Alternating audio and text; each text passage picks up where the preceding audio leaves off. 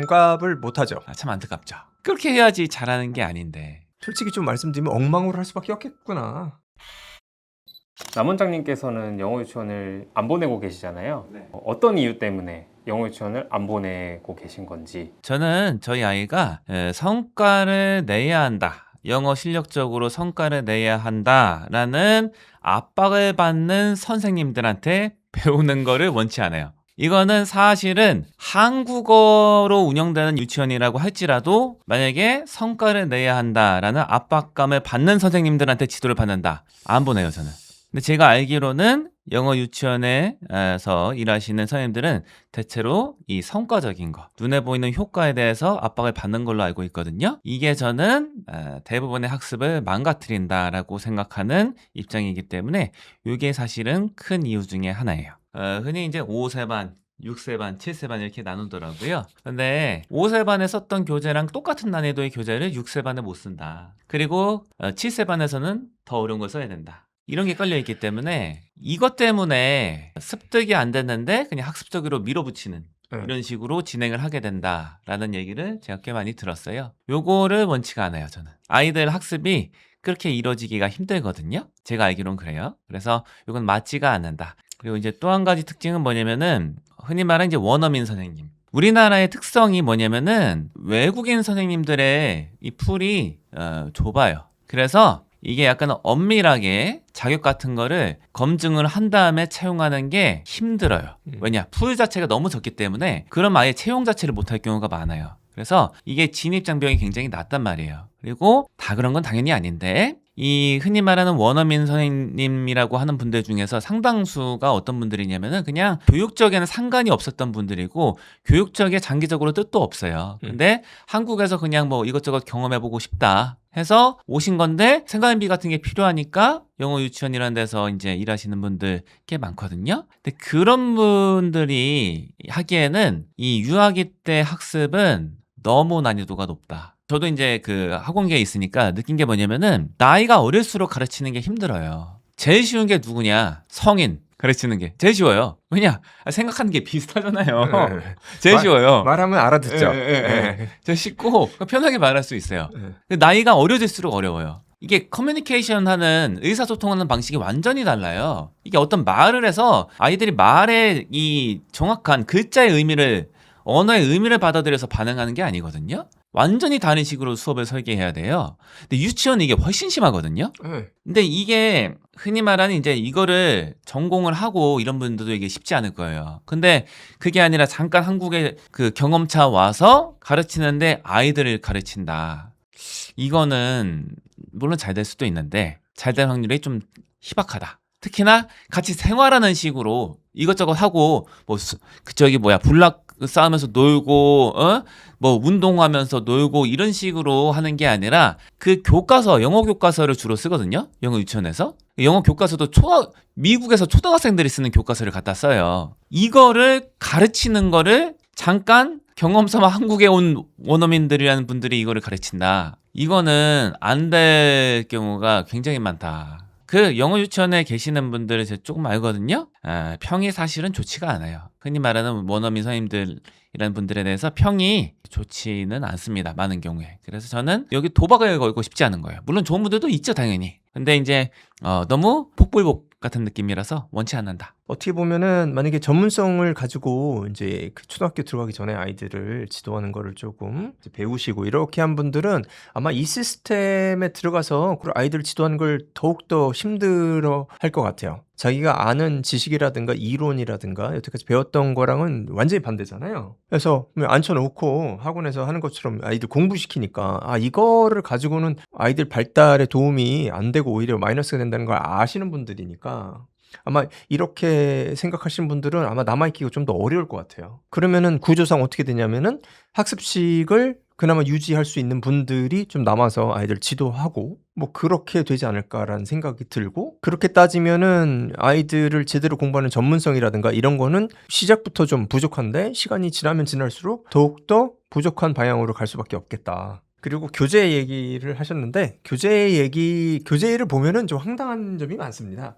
이게 아이들이 원어민이 아닌데 우리 아이들이 원어민들이 쓰는 교재를 뭐 초등학교 1학년 아이들이 보는 교재를 보니까 이거는 이게 수업이 될까? 제가 그 상황에 들어가서 그 꼬맹이들을 지도를 한다 그래도 이거를 어떻게 지도하지? 그리고 막 머릿속으로 떠오르는 거예요. 아, 이걸 지도하려면은 정말로 솔직히 좀 말씀드리면 엉망으로 할 수밖에 없겠구나. 근데 이제 원장님들께서 영어 유치원에 대해서 얘기하실 때 이제 학습식으로 많이 한다. 저도 이제 영어 유치원 관련 뭐 홈페이지 이런 거 들락날락 거리면서 이제 보면은 써 있는 걸 봤을 때는 그렇게 막 학습식으로 한다 이런 게 안 느껴지거든요. 왜냐면은 제가 지금 하나 뭐 읽어드리면 기초적인 언어 능력을 습득한다. 오감을 통해 재밌는 영어 학습을 한다. 영어 사용 환경에 적응한다. 이런 커리큘럼으로 이제 가르친다 이런 얘기를 하니까 사실은 영어 노출 환경이라는 것만 생각하면 괜찮지 않나 이 생각이 들어가지고.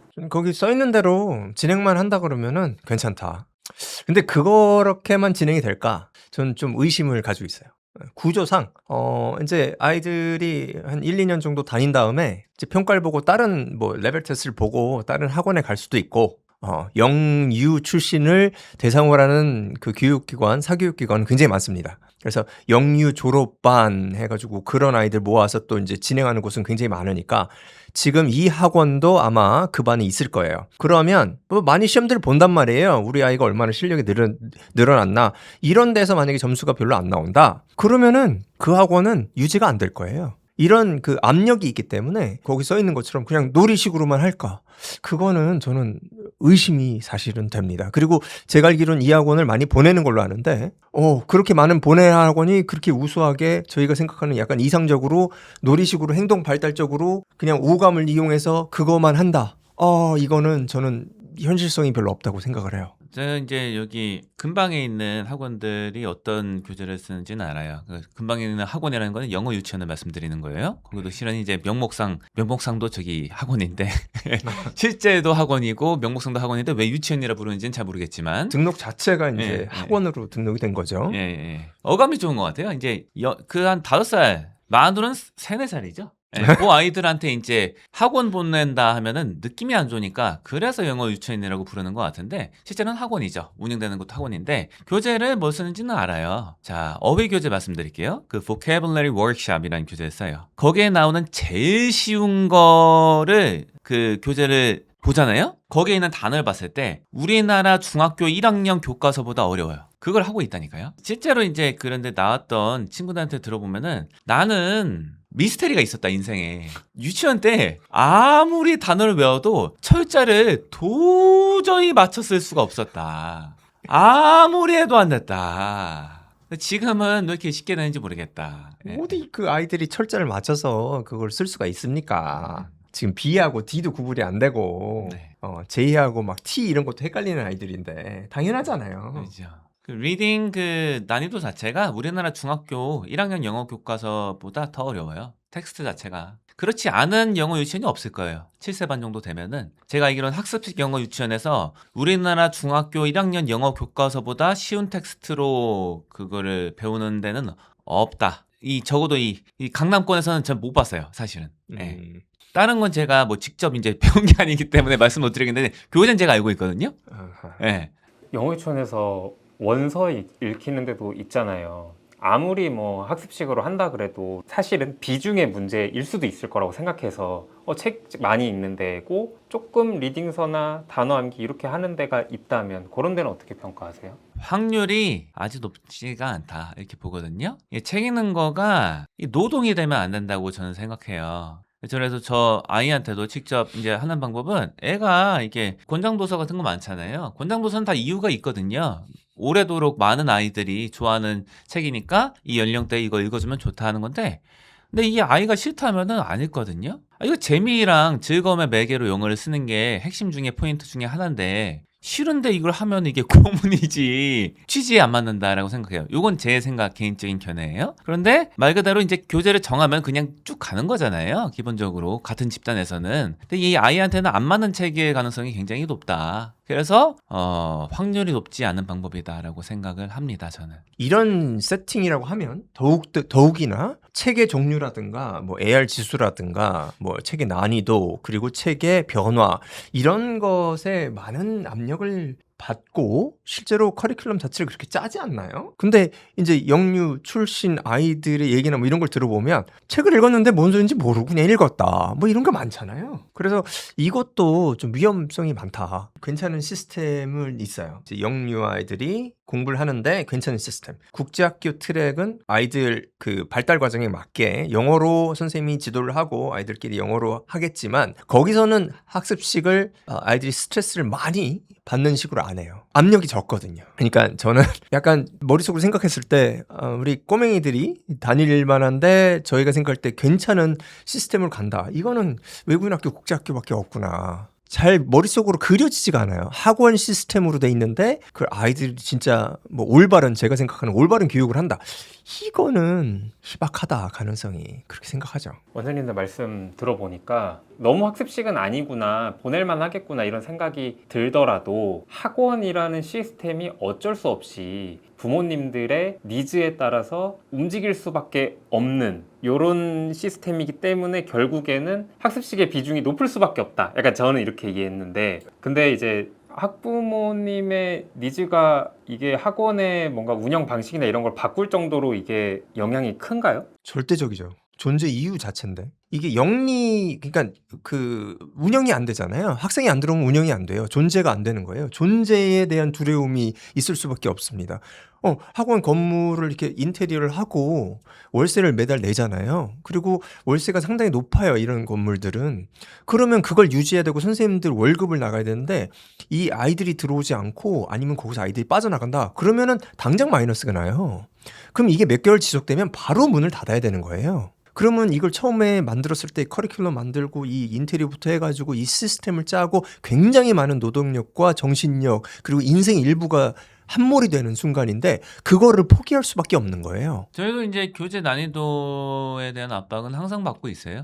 교재가 왜 이렇게 쉽냐 이런 압박을 받는데 그 한 번씩 생각은 해봐요. 쉽다고 느끼는 이유는 뭘까 생각해보고 한번 이제 검토는 해보는데 그래도 검토한 후에도 생각이 안 바뀌면은 그냥 그대로 간다. 하지만 이제 그거에서 완전히 영향을 안 받을 수는 없다고 보거든요. 항상 생각하게 되니까 너무 쉽다고 하면은 쉽나 하고 다시 들여다보게 되니까 영향이 없을 수는 없다. 뭐 한두 가지가 아니라 여러 가지 압박을 받잖아요, 사실은. 근데 이거를 지키기가 쉽지가 않아요.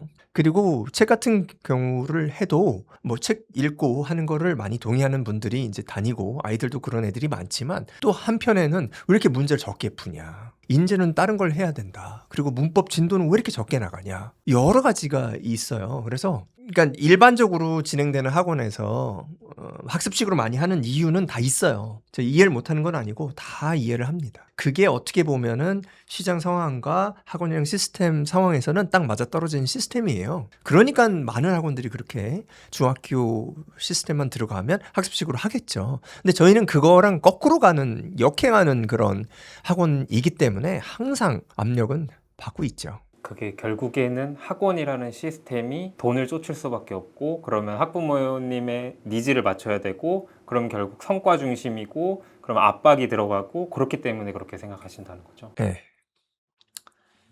이거는 저는 이제 좀 비극적인 거다 이게 생각을 하는데 경영 이런 거 이론 중에 하나가 뭐냐면은 사람은 자기 역량을 벗어나는 정도의 직책을 받을 때까지 계속 승진한다. 이런 이론이 있거든요. 자기가 감당이 안 되는 포지션까지 올라간다는 거예요. 그래서 내가 기능을 못하는 지점에 도달하면은 그때서야 이제 승진을 멈추는 건데 그럼 이제 기능이 망가지죠. 저는 이제 그 영어 교육이 이제 요거 비슷하게 되고 있다. 아이들이 소화를 못하는 정도까지 항상 교재 난이도 높여요. 그래서 이제는 누가 봐도 소화가 안 된다라고 싶을 때 딱 멈춰요.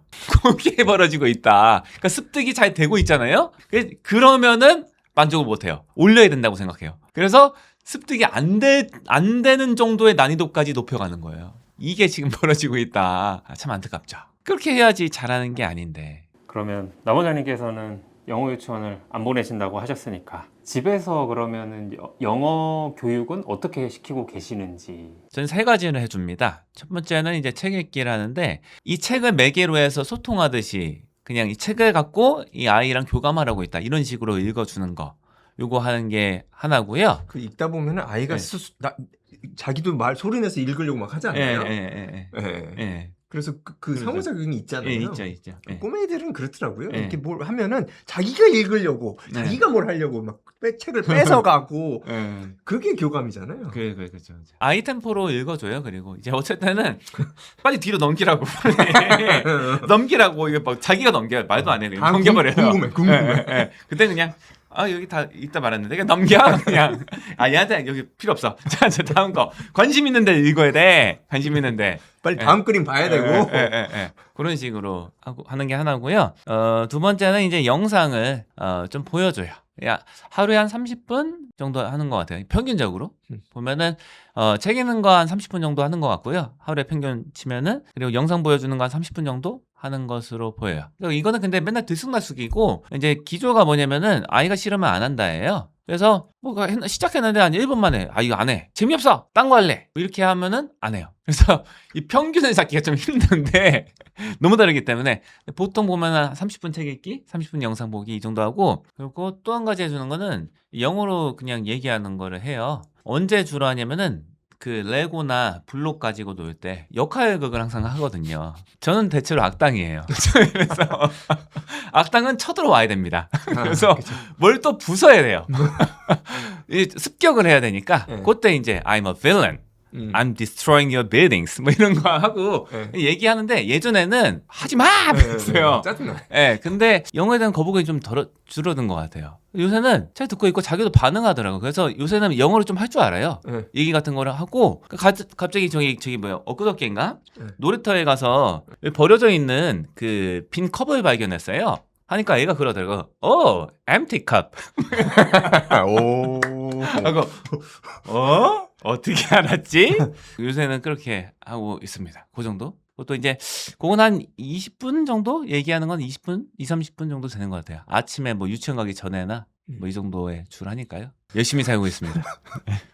사실은 원장님들은 영어로 이게 대화가 되니까 아이들한테 영어의 노출을 시켜줄 수가 있는데 뭐 대부분의 부모님들은 그게 안 되니까 유학처럼 영어 인풋이 있는 어떤 공간에 아이들을 일부 시간을 한번 보내보자. 그러니까 이런 맥락으로도 영어 유치원을 또 보내시기도 하는 것 같아요. 근데 그랬을 때 영어 영상이라든지 영어 책 보는 것만으로도 깔아주는 게 충분한가요? 저는 충분하다고 봐요. 물론 이제 뭐 옆에서 같이 얘기해주면 좋다 하는데 이 충분하다란 말을 뭐 기준을 뭐라고 할지 모르겠지만 아이가 어느 정도 기초적인 의사소통 표현 같은 걸 할 수가 있다. 부모님보다 훨씬 잘할 수 있다. 왜냐면 제가 본 게 그거니까. 많이 보잖아요. 예. 그러니까 이게 애들이 초등학교 고학년 정도만 되면은 집에서 지도하시는 그 부모님들 중에서 상당수 분들이 한 초등학교 고학년 정도부터는 나보다 잘했다. 예. 이렇게 말씀을 하세요. 근데 그분들이 영어로 막 이렇게 많이 이렇게 얘기한 게 아니거든요. 집에서 아이들 지도할 때. 그냥 2개만 쓴 거예요. 그 책 읽기 하는 거랑 영상 보여주기 요거 2개로만 거의 다 만드신 거거든요. 이게 대화 같은 건 조금 했겠죠. 근데 제가 알기로는 뭐 단어 같은 거 몇 개 좀 쓰시고 이런 정도로 하셨던 걸로 알고 있어요. 그렇게 하면 해도 충분하던데요. 실제로 본 게 그거니까 이렇게 말씀을 드립니다. 물론 이제 뭐 어느 정도 이렇게 좀 더 편안하게 대화가 되시면 더 좋겠죠. 그게 아니더라도 괜찮다. 영어 유치원이 월 평균 150만 원이라고 하더라고요. 원장님들이 생각했을 때 돈값 한다고 느껴지세요? 돈값을 못하죠. 저는 오히려 마이너스라고 봅니다. 대부분의 경우는 마이너스예요. 그래서 숫자를 좀 따지자면 저 요 정도까지도 생각합니다. 150만 원을 평균적으로 잃게 된다. 공부 전반적인 걸 생각하면은 해가 되는 경우가 대부분이다. 그래서 돈값을 하는 게 아니라 돈을 갉아먹는다. 여기서 질문의 의도는 150만 원을 투자하는데 이 투자한 만큼 영어 실력이 향상되냐 이거를 물어본 거로 저는 이해를 했어요. 향상이 안 되죠. 마이너스가 굉장히 많이 따라온다. 부작용이 굉장히 많이 따라온다. 뭐 중학교, 고등학교 때도 사교육 하면은 부작용이 있을 수도 있죠. 이거는 사교육뿐만 아니라 그냥 교육 자체가 그렇습니다. 학교에서 공부할 때도 아이들이 항상 뭐 좋아하고 잘 따라가는 건 아니잖아요. 하지만 확률상으로 보면은 이제 초등학교 들어가기 전에 아이들 붙잡고 앉혀가지고 공부시켜 놓으면은 이게 잘 될 확률이 굉장히 떨어진단 말이에요. 그리고 아이들이 스트레스 많이 받아가지고 공부도 안 되고 나중에 공부도 싫어하고 이게 견적이 안 나와요, 저는. 그래가지고 저는 150만 원 돈값을 못하는 거다, 이건. 대부분의 아이들은 이걸 시키면 안 된다. 좀 그런 생각을 가지고 있는 거죠. 이렇게 말씀을 드리겠습니다. 뭐 기대하시는 게 뭔지는 잘 모르겠다. 하지만 이제 만약에 영어 실력 향상을 기대하신다 하면은 그 유치원 때 그 월 150만 원 투자해서 아이 유치원 보내셨던 영어 실력이 중학교 입학하는 시점에 유의미한 차이를 불러일으키냐, 그거는 아니라고 알고 있습니다. 그리고 이제 만약에 그 자원을 뭐 금액적으로 따진다면은 그 시간이랑 그 자원을 돈을 초등학교 때 쓰시면은 더 효과적일 거다. 이 영어 유치원이라는 데를 보내시는 분들이 아직도 많은 걸로 알고 있어요. 보내신 다음에 요거는 확인해 주시면 좋다. 뭐냐면은 아이가 수업 들을 때 너무 곧들고 있진 않은가. 거둔다는 건 이제 수업에 집중을 못하고 다른 거를 자꾸 혼자 생각하는 거죠.